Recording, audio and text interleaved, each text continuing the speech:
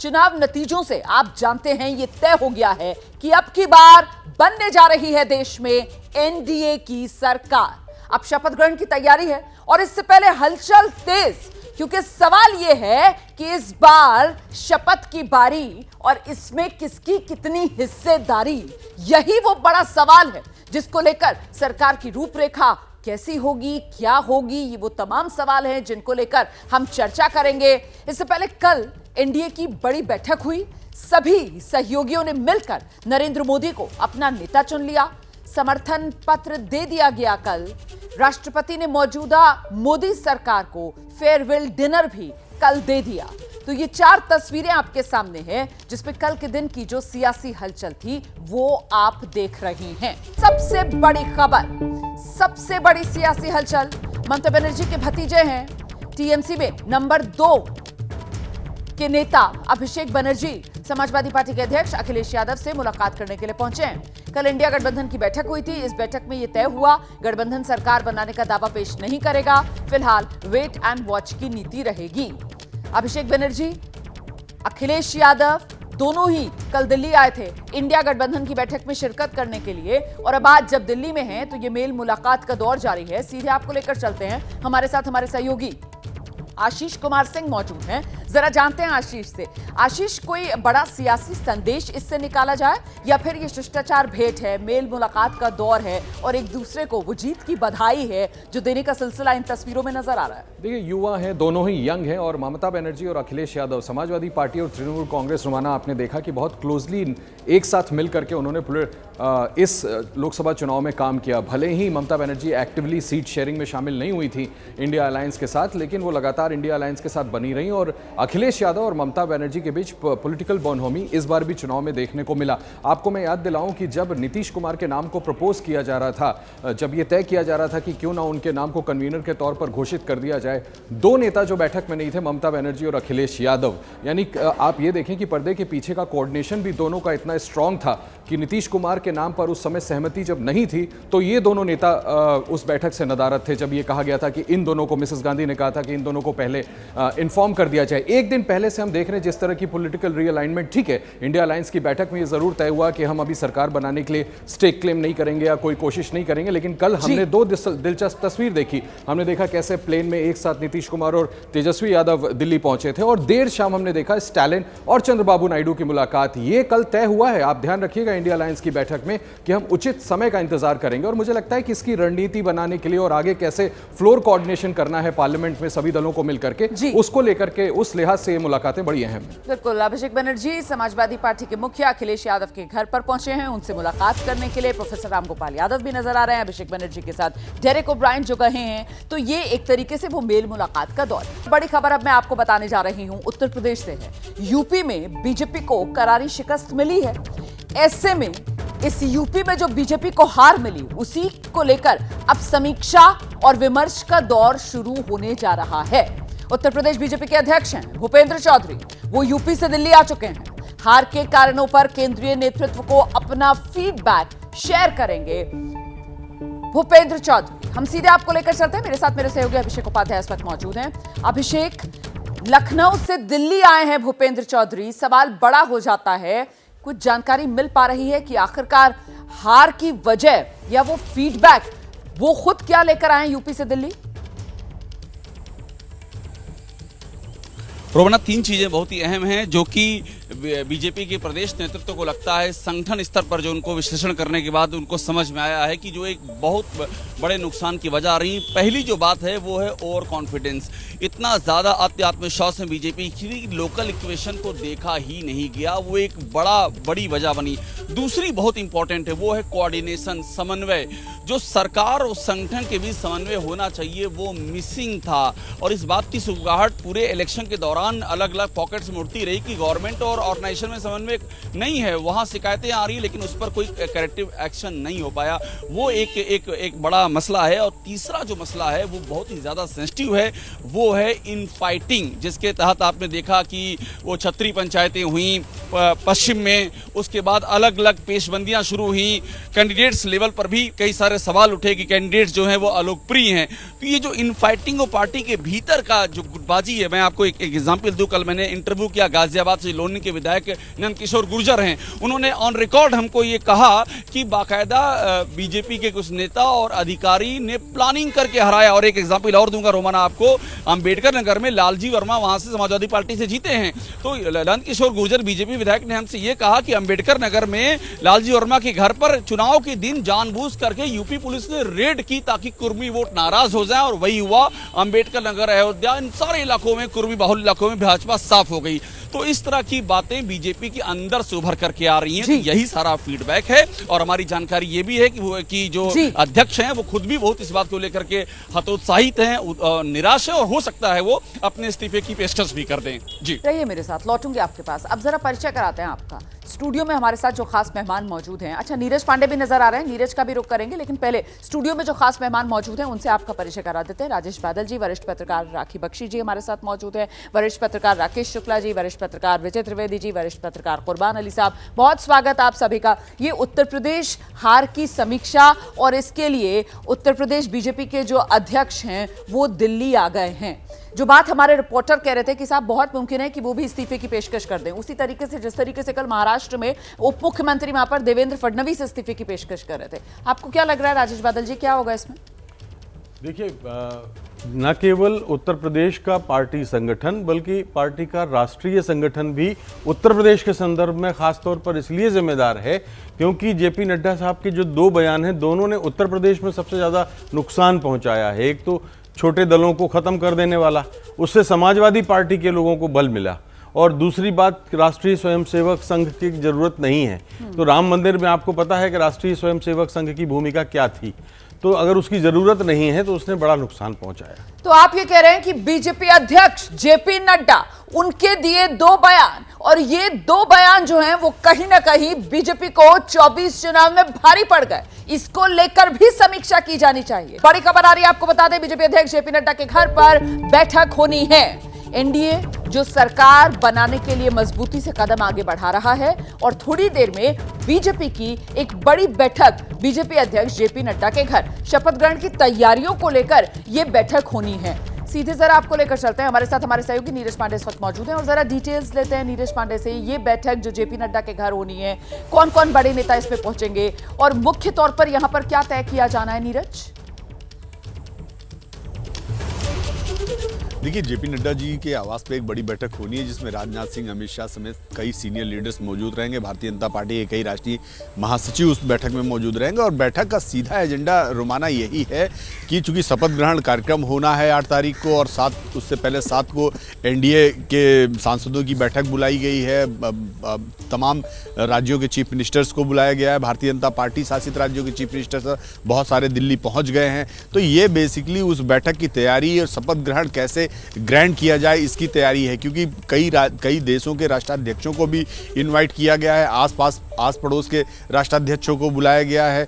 तो ये basically Modi part 3 जो सरकार बनने जा रही, तीसरी सरकार बनने जा रही है, इसको एक बड़े लेवल पर, विश्व स्तर पर बताने की कोशिश होगी कि कैसे इतने बड़े लोकतंत्र में एक सरकार लगातार तीसरी बार चुनकर आ रही है। नरेंद्र मोदी को लोग कितना मान रहे हैं, कितना लोकप्रिय हैं जनता के बीच में, ये शो करने की तैयारी है, और इसीलिए भारतीय जनता पार्टी की टॉप लीडरशिप बैठने वाली है, और उसमें तमाम बनाकर रखिएगा। जैसे ही इस बैठक से कुछ और अपडेट आएगा फौरन दर्शकों तक पहुंचाइएगा। इस बीच में आपको बताती हूं कि अब की बार एनडीए सरकार, ये तस्वीर कमोबेश साफ हो चुकी है, लेकिन ये एनडीए सरकार कैसी होगी इसी को लेकर कुछ सवाल बरकरार हैं, और सवाल महत्वपूर्ण हो जाता है कि सत्ता में किसकी कितनी हिस्सेदारी रहने वाली है। क्योंकि यहां पर तो वो दो चेहरे जो आप देख रहे हैं प्रधानमंत्री नरेंद्र मोदी के इर्द गिर्द, एक चंद्रबाबू नायडू का और दूसरा नीतीश कुमार का, ये किंग मेकर की भूमिका में इस सरकार में आ गए। तो मंत्री तय करने का फॉर्मूला आखिरकार क्या होगा? लगातार खबरें चल रही हैं, 2 मंत्रालय 3 मंत्रालय मांगे जा रहे हैं, बड़े विभागों का बंटवारा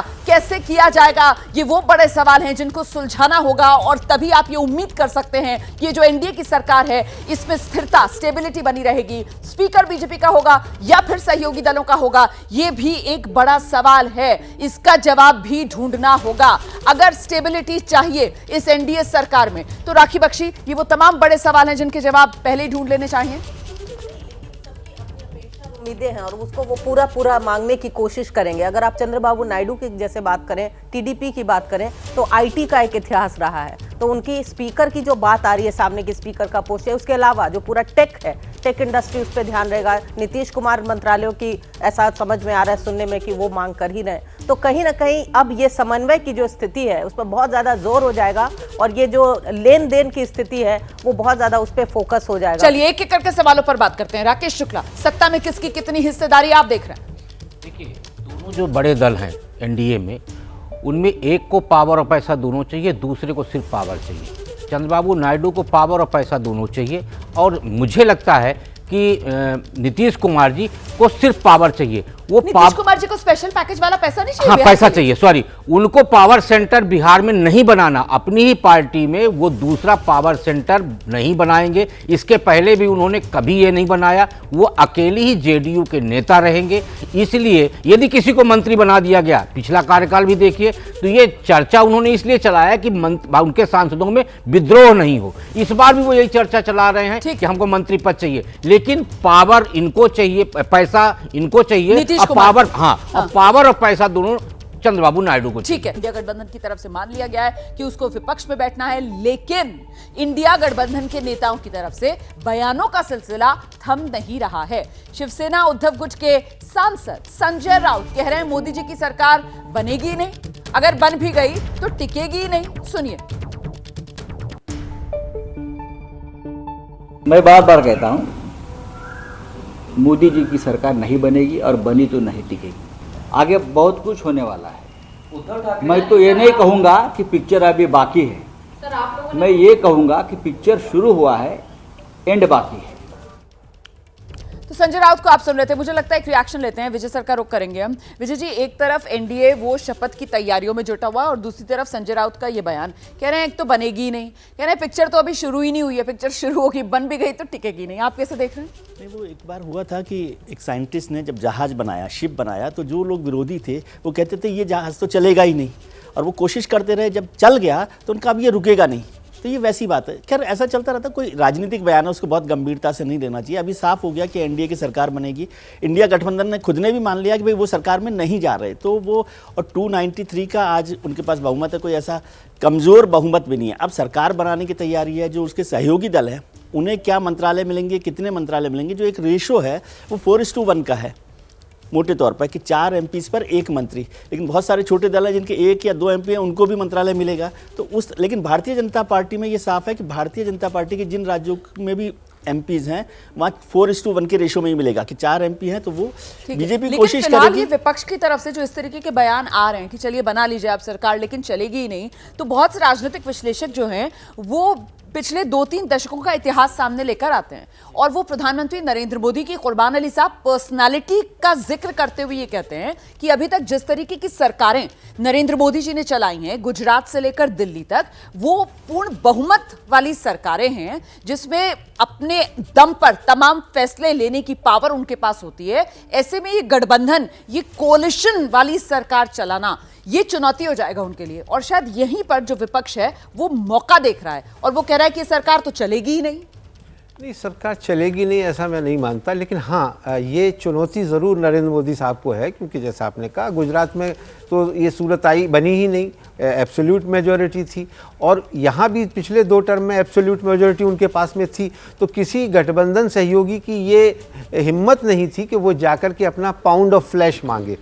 इस बार pound of flesh pound of flesh के मायने ये हैं कि आप अपनी शर्तों पे हिस्सेदारी मांग रहे हैं और दूसरे वाले को जिसकी मजबूरी है उसे देने के लिए बाध्य होना पड़ेगा। तो इसलिए नरेंद्र मोदी साहब अब वो नहीं कर सकेंगे जो पिछले 10 साल में कर रहे थे। आपने देखा शिवसेना और अकाली दल इतने ट्रस्टेड सहयोगी थे पिछले 30 साल से, वो छोड़ करके चले गए, उन्होंने परवाह नहीं की। और बाद में उनके मंत्रिमंडल में अठावले थे, अनुप्रिया पटेल थी, पारसनाथ थे, जिनका कोई सिग्निफिकेंस नहीं था। लेकिन अब चंद्रबाबू नायडू और ये भी हिस्सेदारी भी मांगेंगे। और जैसा बिल्कुल, तो ये बदले हुए समीकरण है और इन्हीं बदले हुए समीकरण की वजह से क्या वो बदलाव अपने रवैये में यहां पर जो बीजेपी की सरकार होगी वो ला पाएगी? विपक्षी ये मानकर चल रहे हैं कि ऐसा हो नहीं पाएगा और इसी वजह से इस सरकार के भविष्य पर प्रश्न चिन्ह लगा रहे हैं। एनडीए सरकार की तैयारी है, शपथ की बारी है और इस बीच टीडीपी सूत्रों के हवाले से बड़ी खबर सामने आई है। टीडीपी ने, तेलुगु देशम पार्टी, चंद्रबाबू नायडू की पार्टी ने 6 बड़े मंत्रालयों की मांग कर दी है। सूत्र ये जानकारी दे रहे हैं। टीडीपी की ओर से स्पीकर के पद पर भी दावा ठोक दिया गया है। सूत्र ये जानकारी दे रहे हैं। हर बात पर हमारा रुख लचीला है, ये भी हालांकि टीडीपी की तरफ से कहा जा रहा है। ये खबर जो है वो सूत्रों के हवाले से सामने आ रही है कि टीडीपी ने अपना रुख लचीला रखा है, लेकिन जो मांग टीडीपी की तरफ से की जा रही है, 6 बड़े मंत्रालयों पर दाव है, स्पीकर के पद पर दाव है। सीधे आपको लेकर चलते हैं, हमारे साथ हमारे सहयोगी आशीष इस वक्त मौजूद हैं। आशीष, बताइए, ये जो रुख लचीला रखा हुआ है, मतलब मांग रहे हैं 6 मंत्रालय और स्पीकर का पद, लेकिन अगर नहीं मिलता तो भी कोई बात नहीं, रहेंगे एनडीए के साथ ही, यही संदेश दिया जा रहा है? बिल्कुल सही, आपने बिल्कुल सही कहा रोमाना। उनका साफ है, टीडीपी ने साफ कर रखा है। टीडीपी के राष्ट्रीय अध्यक्ष चंद्रबाबू नायडू कल प्रधानमंत्री से मिले, उनकी मुलाकात पीयूष गोयल से हुई और उन्होंने साफ तौर पे स्पष्ट कह दिया है कि वो एनडीए के साथ है। लेकिन इस दौरान, इन मीटिंग के दौरान खास तौर पे टीडीपी ने आप ये बता दिया है, ये इन्फॉर्म कर दिया है बीजेपी की लीडरशिप को कि उनको 6 की पोर्टफोलियो चाहिए जो उनके स्टेट के, आंध्र प्रदेश के डेवलपमेंट के लिए ज़रूरी है। हालांकि उन्होंने ये भी ऐड किया है, उन्होंने ये भी कहा है कि हम लचीले हैं अपने इस डिमांड पर। 6 मंत्रालय तो हमें चाहिए, की पोर्टफोलियोज़ हैं, उसमें से कितने की पोर्टफोलियोज़ उनको मिलेंगे, कितने एमओएस या छोटे जो मंत्रालय माने जाते हैं वो उनके हिस्से आएंगे। लेकिन 6 जो संख्या है, आधा दर्जन मंत्रालय की मांग उन्होंने, टीडीपी ने साफ तौर पे बीजेपी की लीडरशिप को जता दी है, बता दी है। और कल पीयूष गोयल से भी आपको याद होगा कि हमने रिपोर्ट किया कैसे मीटिंग के बाद प्रधानमंत्री S7 LKM की मीटिंग के बाद सीधे चंद्रबाबू नायडू 50 अशोका रोड जहां वो रुके हुए थे वहां आने के बजाय वो सीधे पीयूष गोयल के पास पहुंचे, पीयूष गोयल से मुलाकात हुई। उसके बाद उस मुलाकात में करीब आधे घंटे के से ज़्यादा की लंबी मुलाकात में अलग अलग राजनीतिक पहलुओं पर बात हुई, स्टेट से रिलेटेड बात हुई, अलायंस से रिलेटेड बात हुई। और उसके बाद जब 50 अशोका रोड पहुंचे चंद्रबाबू नायडू तो उन्होंने हमसे भी बात की, ऑफ रिकॉर्ड बात थी। उन्होंने साफ तौर पे कहा कि ये ऑफ रिकॉर्ड बातचीत है और उन्होंने जो राज्य के जो भविष्य की योजनाएं हैं चंद्रबाबू नायडू की, क्योंकि वो 4थी बार मुख्यमंत्री बनकर लौट रहे हैं आंध्र प्रदेश में और काफ़ी मैसिव विक्ट्री मिली है उनको, तो वो राज्य को लेकर और राज्य की राजनीति को लेकर ज़्यादा कंसर्न है। राज्य को कैसे ज़्यादा फायदा में पहुँचे, राज्य में उनकी सरकार को कैसे ज़्यादा मदद केंद्र सरकार से मिले, इस पर उनका फोकस है। स्पीकर पद एक ऐसा दावा है जिसके बारे में बताया जा रहा है कि वो टीडीपी चाहती है। गौरतलब है कि पहले भी एनडीए के साथ टीडीपी जब थी तो जीएमसी बालयोगी पहले दलित स्पीकर टीडीपी के से आए थे और वो स्पीकर बने थे। अभी जो राम मोहन नायडू हैं, स्वर्गीय अच्चन नायडू के बहुत बड़े कद्दावर टीडीपी के नेता रहे, सांसद रहे। अच्चन नायडू के बेटे हैं, 2 बार के सांसद हैं राम मोहन नायडू, और उनके बारे में कयास लगाए जा रहे हैं कि शायद उनको स्पीकर पद, अगर टीडीपी के हिस्से स्पीकर पद आती है तो वो उनको मिल सकता है, उनके लिए कंसीडर किया जा सकता है। तो जाहिर तौर पे टीडीपी ने अपनी डिमांड आगे बता दी है बीजेपी की लीडरशिप को। अब ये देखना होगा कि बीजेपी की लीडरशिप इन डिमांड्स को कैसे निगोशिएट करती है, कितना आगे पीछे होता है और क्या संख्या जो है, फाइनल नंबर्स मिनिस्ट्री के अंदर या स्पीकर चेयर पे क्या टीडीपी के हिस्से आता है। लेकिन टीडीपी ने अपनी मांग बता दी है, उन्होंने ये भी ऐड कर दिया है कि हम लचीले हैं इस डिमांड के ऊपर। बहुत शुक्रिया पूरी तस्वीर दर्शकों के सामने रखने के लिए आशीष। और आइए जरा गेस्ट से रिएक्शन लेते हैं हम। राजेश बादल जी, ये टीडीपी की मांग 6 मंत्रालय चाहिए हमको और साथ ही स्पीकर का पद चाहिए हमको, लेकिन हमारा रुख लचीला भी है, आप कैसे इंटरप्रेट करेंगे? देखिए, जो मेरी अपनी सूचना है उसमें स्पीकर के अलावा जो सबसे महत्वपूर्ण पोर्टफोलियो है वो गृह का उन्होंने मांगा है।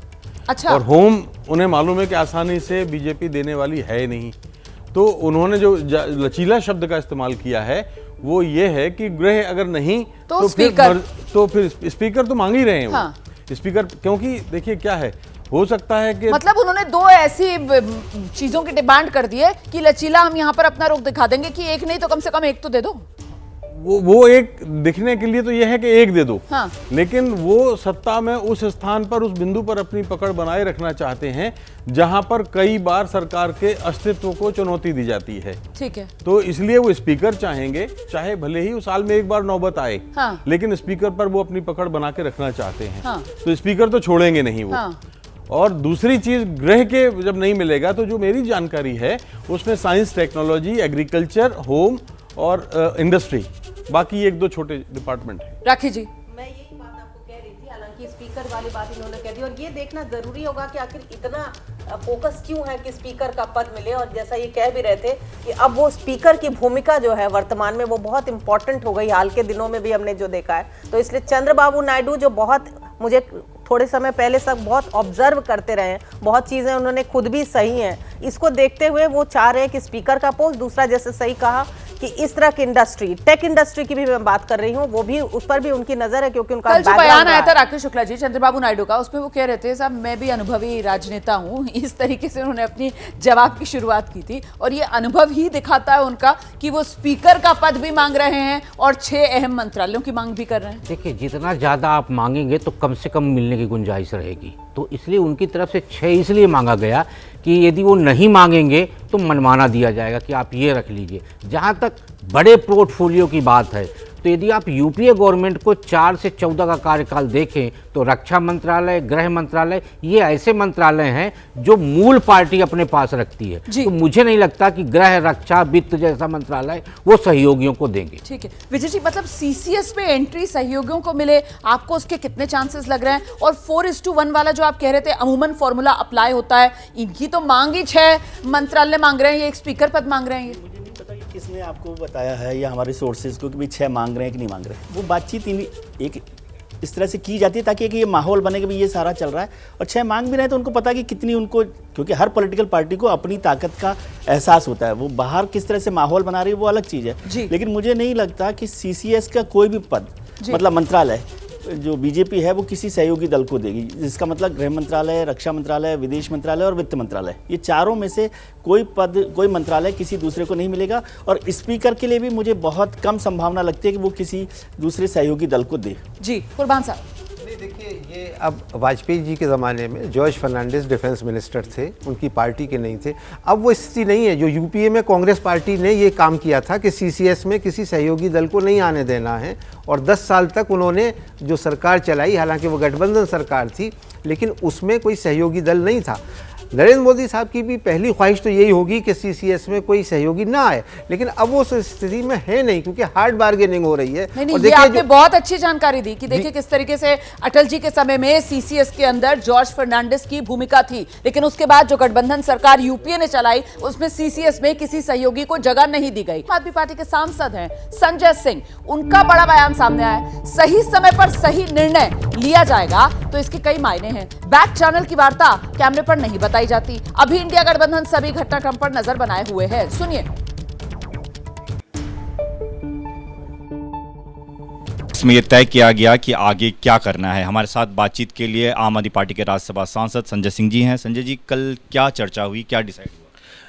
देखिए, इंडिया गठबंधन की बैठक में सर्वसम्मति से ये तय हुआ कि जो जनादेश मिला है वो महंगाई के खिलाफ मिला है, जो जनादेश मिला है वो मोदी सरकार और बीजेपी की सरकार के खिलाफ मिला है, जो जनादेश है वो बेरोजगारी के खिलाफ भी है, तानाशाही के खिलाफ भी है, संविधान को खत्म करने की कोशिश के भी खिलाफ है, और आरक्षण की व्यवस्था खत्म करने की कोशिश के खिलाफ भी है।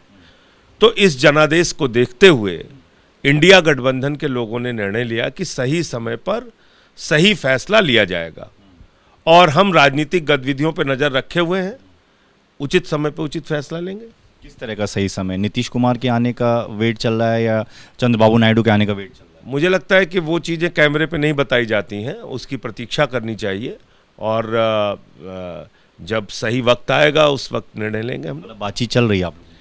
बातचीत जो चलती है वो कैमरे पे नहीं बताई जाती। लेकिन उधर दूसरी तरफ उन्होंने अपना समर्थन पत्र दे दिया। नीतीश कुमार की पार्टी जेडीयू ने एक लेटर जारी किया, कहा हम चट्टान के साथ एनडीए के साथ खड़े हैं। फिर आप किस उम्मीद में बैठे?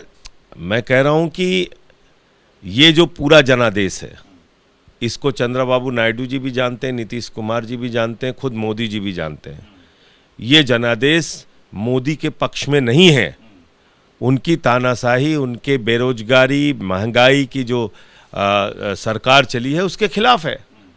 तो इसलिए जब सही वक्त आएगा उस समय सही फैसला लेंगे हम लोग। हम देश में चलने वाली या जो सरकार गठन की जो उनकी प्रक्रिया है, जो राजनीतिक गतिविधियां हैं, उस पर ध्यान रखे हुए हैं। वो तो ये कह रहे हैं बीजेपी वाले की ख्याली पुलाव बना रहा है गठबंधन, इधर सरकार बना रही है, शपथ तैयारी चल रही है और आप आंकड़े हैं नहीं और ख्याली पुलाव बनाते जा रहे हैं। उनको कहने दीजिए जो कह रहे हो, उसमें कोई राजनीति में किसी को बोलने से थोड़ी आप रोक सकते हैं, बोलने दीजिए। तो संजय जी को उम्मीद है कि खेला हो सकता है? प्रतीक्षा कीजिए ना, जब सारे गठबंधन के मित्र दलों ने बैठ के ये निर्णय ले लिया कि हम सही समय पे सही फैसला लेंगे, इसके कई मायने हैं, तो आप इंतजार कीजिए। ठीक है, तो कई मायने हैं इन शब्दों के कि सही समय पे सही निर्णय होगा, ये संजय सिंह कह रहे हैं। सीधे तौर पर कुछ भी हो सकता है ये वो कहना चाहते हैं, लेकिन सीधे तौर पर कह नहीं पा रहे हैं। कैमरा में राजेंद्र सिंह के साथ दीपक सिंह रावत, एबीपी न्यूज, दिल्ली। बड़ी खबर आपको बता देते हैं, एक तरफ देश में बनने जा रही है एनडीए सरकार और वहीं दूसरी तरफ ओडिशा, जहां बीजेपी ने विधानसभा चुनाव में बड़ी जीत हासिल की है। 147 सीटों वाली ओडिशा की विधानसभा, जिसमें से 78 सीटें जीतकर बीजेपी अब सरकार बनाने की तैयारी में है। 10 जून को शपथ ग्रहण संभव है। मुख्यमंत्री की रेस में 5 नाम बताए जा रहे हैं और इसमें सबसे आगे कौन चल रहा है, जानने के लिए सीधे आपको लेकर चलते हैं। हमारे साथ हमारे सहयोगी मनुग्या लोईवाल इस वक्त मौजूद हैं। जरा जानते हैं मनुग्या से, इस रेस में सबसे आगे कौन?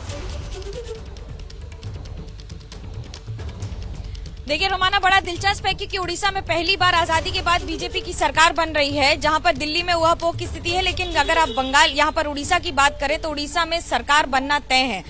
8-10 तारीख को हो रहा है शपथ ग्रहण, लेकिन मुख्यमंत्री कौन बनेगा इस पर मोहर अगले 48 घंटों में लग जाएगी।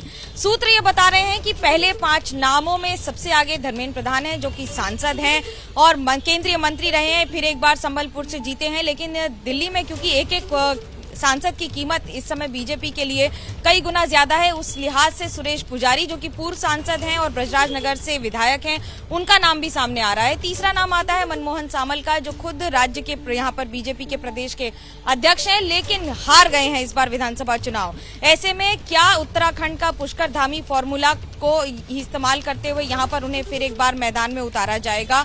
और चौथा नाम आ रहा है श्री मुर्मू का, जो कि कैग हैं, यानी कि comptroller and auditor general of India हैं, उनका भी नाम आ रहा है। लेकिन ये सारे नाम हैं, सूत्र बता रहे हैं। दिलचस्प होगा कि 10 तारीख को ये तो तय हो गया है कि मुख्यमंत्री यहाँ पर शपथ ग्रहण करेंगे। नवीन पटनायक की सरकार को 25 साल बाद परास्त करके बीजेपी उड़ीसा में तो जश्न मना रही है। और जो 10 तारीख को उस जो शपथ ग्रहण समारोह होगा वो बहुत ही भव्य होगा, राजभवन में नहीं होगा।